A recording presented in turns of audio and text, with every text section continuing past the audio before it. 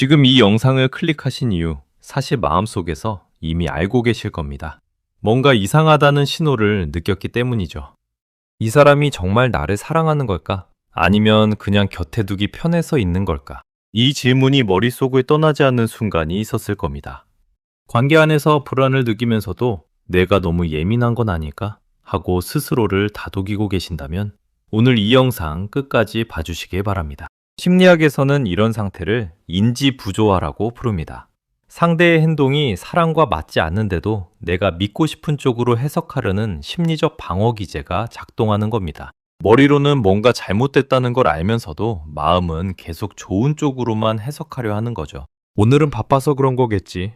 원래 표현을 잘 못하는 사람이니까. 이런 식으로 스스로를 설득해 본 적 있으실 겁니다. 그런데 혹시 이런 생각 해보신 적 없으신가요? 내가 계속 이해하려고 애쓰는 이 관계 정말 정상인 걸까? 실제로 2026년 현재 연애 상담 전문가들 사이에서 가장 많이 접수되는 고민 1위가 바로 상대가 나를 사랑하는 건지 이용하는 건지 모르겠다는 것입니다. 놀라운 건 이 고민을 털어놓는 사람들 대부분이 이미 답을 어느 정도 직감하고 있다는 사실입니다. 상담 현장에서는 이런 이야기를 정말 자주 듣습니다. 사실 알고는 있었어요. 근데 인정하기가 무서웠어요. 그렇습니다. 이용당하는 관계에 있는 사람의 대부분은 자신이 이용당하고 있다는 걸 이미 마음 깊은 곳에서는 알고 있습니다. 다만 그걸 인정하는 순간 지금까지 쌓아온 시간과 감정이 전부 무너질까봐 두려운 것뿐이죠. 인정한다는 건 곧 이별을 각오해야 한다는 뜻이니까요. 그래서 차라리 모르는 척, 괜찮은 척하며 버티는 쪽을 선택하게 됩니다. 하지만 이렇게 생각해 보시죠. 몸에 이상 신호가 왔을 때 무시하고 방치하면 병은 더 커집니다. 관계도 마찬가지입니다. 지금 느끼는 불안과 의심은 근거 없는 예민함이 아니라 당신의 무의식이 보내는 경고 신호일 가능성이 높습니다. 그 신호를 무시할수록 나중에 감당해야 할 상처는 훨씬 커지게 됩니다. 그렇다면 그 신호, 구체적으로 어떤 모습으로 나타날까요? 오늘 준비했습니다. 상대가 당신을 이용하고 있을 때 반드시 나타나는 7가지 신호입니다. 단순히 나열만 하지 않고 이 신호들이 왜 위험한지 심리학 이론으로 하나하나 정확하게 짚어드리겠습니다. 스키너의 간헐적 강화 이론부터 사회심리학의 형평 이론, 그리고 매몰 비용 편향까지 왜 우리가 잘못된 관계인 줄 알면서도 쉽게 빠져나오지 못하는지 그 심리적 메커니즘까지 전부 파헤쳐드리겠습니다. 혹시 지금 떠오르는 얼굴이 있으신가요? 그 사람과의 관계를 하나씩 대입하면서 들어보시길 바랍니다. 어쩌면 오늘 이 영상이 지금까지 스스로에게 묻지 못했던 질문에 답을 줄지도 모릅니다. 나는 지금 사랑받고 있는 걸까? 아니면 이용당하고 있는 걸까? 그 첫 번째 신호부터 지금 바로 살펴보겠습니다. 첫 번째 신호는 불안정한 관심입니다. 어느 날은 세상에서 당신이 가장 소중한 사람인 것처럼 대하다가 다음 날이면 존재 자체를 잊은 것처럼 행동합니다. 이 들쭉날쭉한 태도가 바로 당신을 관계에 묶어두는 가장 강력한 장치입니다.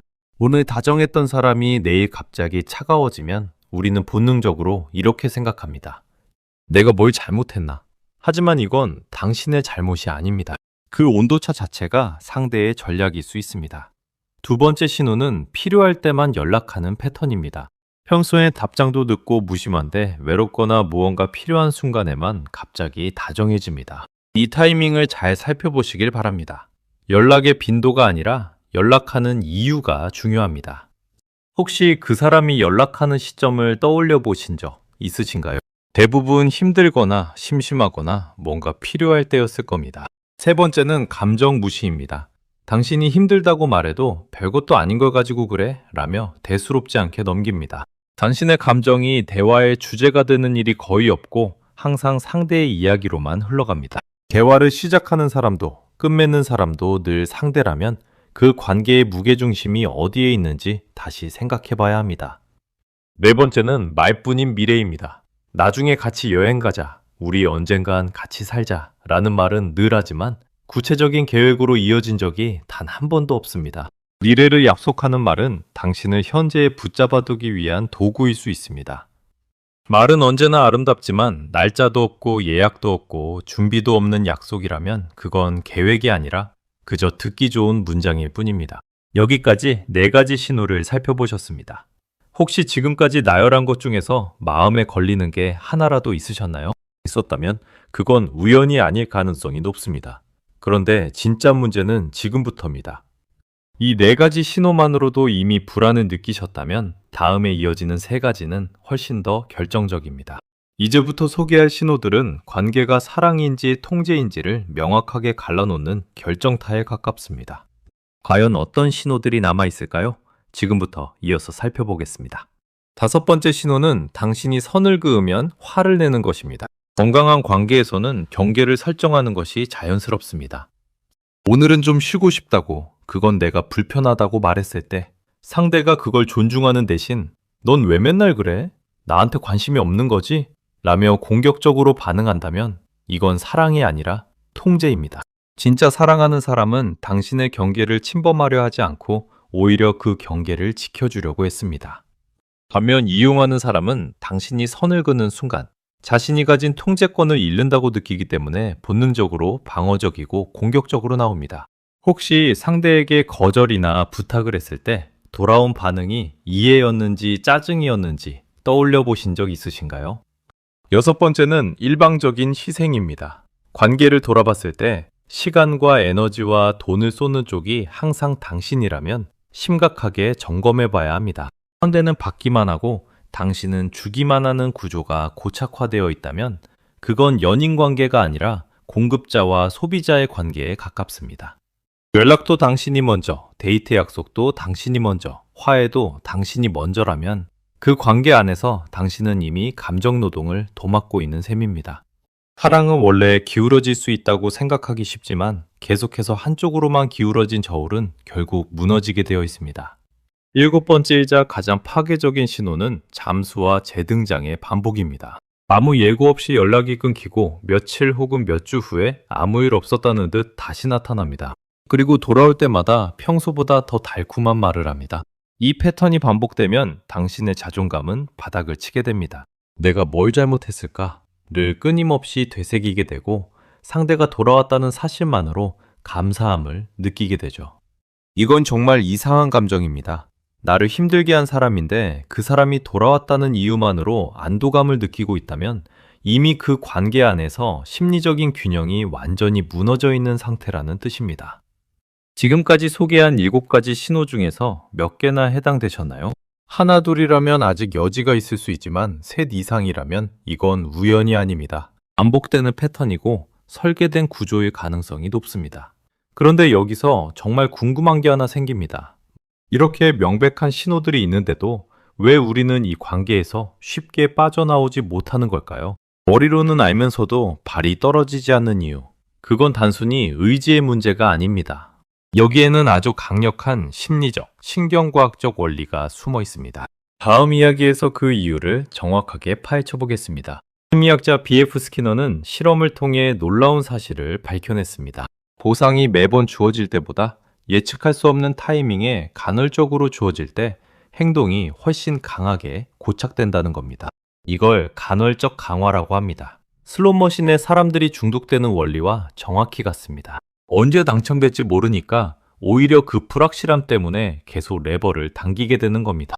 만약 매번 당첨된다면 사람들은 금방 흥미를 잃습니다. 반대로 매번 실패한다면 아예 시도조차 하지 않을 겁니다. 그런데 언제 터질지 모르는 상태, 바로 그 애매함이 인간의 뇌를 가장 강력하게 붙잡아둡니다. 연애에서도 마찬가지입니다. 상대가 가끔씩 보여주는 다정함이 바로 그 간헐적 보상입니다. 출시 9번. 무심해도 단 1번의 따뜻한 말에 역시 이 사람은 날 사랑하는 거야 라고 확신하게 만드는 겁니다. 혹시 이런 경험 있으신가요? 평소엔 서운함 투성이었는데 어느 날 갑자기 던진 다정한 말 한마디에 그동안의 서운함이 싹 다 녹아내렸던 순간 말입니다. 이건 사랑이 아닙니다. 신경과학적으로 도파민 회로가 자극되는 중독 반응에 가깝습니다. 예측 불가능한 보상은 뇌의 보상 회로를 그 어떤 자극보다 강하게 활성화시킵니다. 그래서 우리는 그 사람이 주는 상처보다 그 사람이 어쩌다 한 번 주는 다정함을 더 크게 기억하게 되는 겁니다. 여기에 형평이론까지 적용됩니다. 사회심리학자 존 스테이시, 애덤스가 제시한 이 이론에 따르면 관계에서 주고받음의 균형이 깨지면 한쪽은 심리적으로 고갈됩니다. 내가 100을 주고 10을 돌려받는 관계가 지속되면 정서적 에너지가 완전히 바닥나게 됩니다. 처음에는 괜찮습니다. 사랑이니까 더 줄 수 있다고 생각합니다. 하지만 시간이 지날수록 마음의 잔고는 조금씩 줄어들고 어느 순간 텅 비어버린 자신을 발견하게 됩니다. 그런데도 우리는 쉽게 떠나지 못합니다. 왜 그럴까요? 바로 매몰 비용 편향이 발목을 잡기 때문입니다. 이미 3년을 쏟았는데 지금 포기하면 그 시간이 아깝잖아. 이 생각이 잘못된 관계를 유지시키는 가장 강력한 심리적 족쇄입니다. 사람은 이미 투자한 것을 회수하지 못한다는 사실을 견디기 힘들어합니다. 그래서 손해를 인정하느니 차라리 계속 밀어붙이는 쪽을 선택합니다. 문제는 시간이 지날수록 매몰된 비용은 점점 더 커지고 그만큼 빠져나오기는 더 어려워진다는 겁니다. 3년이 5년이 되고 5년이 10년이 될수록 지금이라도 그만두자 하는 말은 점점 더 하기 힘든 말이 됩니다. 단어적 강화, 형평이론, 매몰 비용 편향, 이 세 가지가 동시에 작동하면 우리는 이 관계를 마치 생존과 직결된 문제처럼 인식하게 됩니다. 그래서 이성적으로는 떠나야 한다는 걸 알면서도 몸과 마음은 그 사람 곁에 계속 머무르려고 하는 겁니다. 그렇다면 이렇게 뇌가 중독된 상태에서 상대의 진심을 객관적으로 확인할 방법은 정말 없는 걸까요? 다행히 있습니다. 심리 상담 현장에서 실제로 사용되는 아주 간단하면서도 정확한 방법이 있습니다. 다음 이야기에서 바로 알려드리겠습니다. 그렇다면 상대가 진심인지 아닌지 어떻게 구분할 수 있을까요? 심리 상담 현장에서 실제로 사용되는 방법 중 하나가 바로 작은 부탁 테스트입니다. 원리는 간단합니다. 상대에게 아주 사소한 부탁을 해보는 겁니다.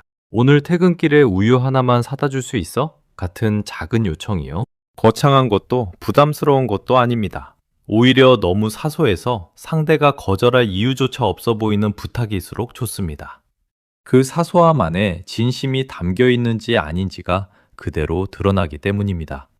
진심으로 당신을 아끼는 사람은 방법을 찾습니다. 설령 바쁘더라도 오늘은 어렵지만 내일 꼭 사다 줄게 라고 대안을 제시하죠. 반면 이용하는 사람은 핑계를 찾습니다. 매번 바쁘다, 깜빡했다, 별것도 아닌 걸 가지고 왜 그러냐며 오히려 짜증을 냅니다. 혹시 비슷한 부탁을 해본 적 있으신가요? 그때 돌아온 대답이 방법을 찾는 말이었는지 아니면 핑계였는지 한번 떠올려 보시기 바랍니다. 이 테스트의 핵심은 부탁의 크기가 아니라 상대의 태도를 관찰하는 데 있습니다. 사소한 부탁 하나에 대처하는 방식 안에 그 사람이 관계를 대하는 태도 전체가 압축되어 있는 겁니다. 진짜 사랑하는 사람이 보내는 신호는 분명합니다. 안정감과 신뢰가 있습니다. 내일도 이 사람이 내 곁에 있을 거라는 확신을 줍니다. 오늘 다정했다가 내일 차가워지는 일이 없고 감정의 온도가 늘 일정합니다. 그 일정함이 바로 신뢰의 기반이 됩니다. 존중과 배려가 일상에 녹아 있습니다. 특별한 이벤트나 기념일에만 잘해주는 게 아니라 평범한 화요일 저녁에도 당신의 하루를 물어봐주고 사소한 감정 하나까지 놓치지 않고 챙겨줍니다. 그리고 가장 중요한 건 미래를 말로만 약속하는 게 아니라 행동으로 보여줍니다. 함께 계획을 세우고 그 계획을 실행에 옮깁니다. 다음 달에 여행 가자고 말했다면 실제로 날짜를 잡고 숙소를 알아보고 함께 준비합니다. 말과 행동 사이에 괴리가 없다는 것, 그게 바로 진심의 증거입니다. 상호적인 노력을 기울이고 당신의 경계를 존중합니다. 당신이 무언가를 불편하다고 말했을 때 그 말을 흘려듣지 않고 조심스럽게 받아들입니다. 결국 진심과 이용은 큰 사건이 아니라 이런 작고 일상적인 순간들 속에서 드러납니다. 화려한 이벤트나 달콤한 말보다 사소한 부탁 하나에 어떻게 반응하는지가 훨씬 정직한 지표입니다. 지금까지 살펴본 7가지 위험 신호와 진짜 사랑의 신호들을 모두 놓고 봤을 때 당신의 관계는 지금 어느 쪽에 더 가까우신가요? 이제 이 모든 이야기를 정리하면서 당신이 지금 이 순간 꼭 기억해야 할 이야기를 전해드리겠습니다. 간헐적 강화가 연애에서 위험한 이유는 그것이 사랑처럼 느껴지기 때문입니다. 불안이 설렘으로, 불확실함이 열정으로 착각되는 순간 우리는 중독의 늪에 빠지게 됩니다. 심장이 두근거리고 마음이 조마조마한 그 감각을 우리는 종종 사랑이라고 오해합니다. 하지만 진짜 사랑은 당신을 불안하게 만들지 않습니다. 진짜 사랑은 조용하고 일관되고 안정적입니다. 어느 날 갑자기 사라지지 않고 돌아와서 아무 일 없던 것처럼 굴지 않습니다. 오늘 이 영상에서 다룬 7가지 신호 중 3개 이상이 해당된다면 한 발짝 물러서서 이 관계를 객관적으로 바라볼 시간이 필요합니다. 지금 이 순간 가장 중요한 질문은 이 사람이 나를 사랑하는가가 아닙니다. 나는 이 관계 안에서 행복한가? 입니다. 이 질문 앞에서는 그 어떤 변명도, 그 어떤 좋았던 기억도 답을 대신해 줄 수 없습니다. 오직 지금 이 순간, 당신이 느끼는 감정만이 진짜 답입니다. 이미 쏟아부은 시간이 아까워서 떠나지 못하고 있다면 그건 사랑이 아니라 매몰 비용에 갇힌 겁니다. 지나간 시간을 되돌릴 수는 없습니다. 하지만 그 시간을 이유로 앞으로의 시간까지 똑같이 흘려보낼 필요는 없습니다. 당신의 시간과 감정은 되돌릴 수 없지만 앞으로의 시간은 온전히 당신의 선택에 달려 있습니다. 지금 당장 관계를 정리하라는 이야기가 아닙니다. 다만 오늘 다룬 신호들을 마음 한편에 담아두고 앞으로 그 관계를 조금 더 냉정하게 바라보실 수 있기를 바랍니다. 사람은 누구나 안정감 있는 사랑을 받을 자격이 있습니다. 불안 속에서 상대의 다정함을 기다리는 삶이 아니라 당연하게 존중받고 배려받는 삶을 누릴 자격이 있습니다. 지금 곁에 있는 사람이 당신을 그렇게 대하고 있는지 오늘부터 다시 한번 천천히 들여다보시기 바랍니다. 이 영상이 도움이 되셨다면 좋아요 한번 눌러주시고 앞으로도 관계 속에서 나를 지키는 심리학 이야기를 계속 전해드릴 테니 구독도 부탁드립니다. 당신은 충분히 사랑받을 자격이 있는 사람입니다. 그걸 절대 잊지 마세요.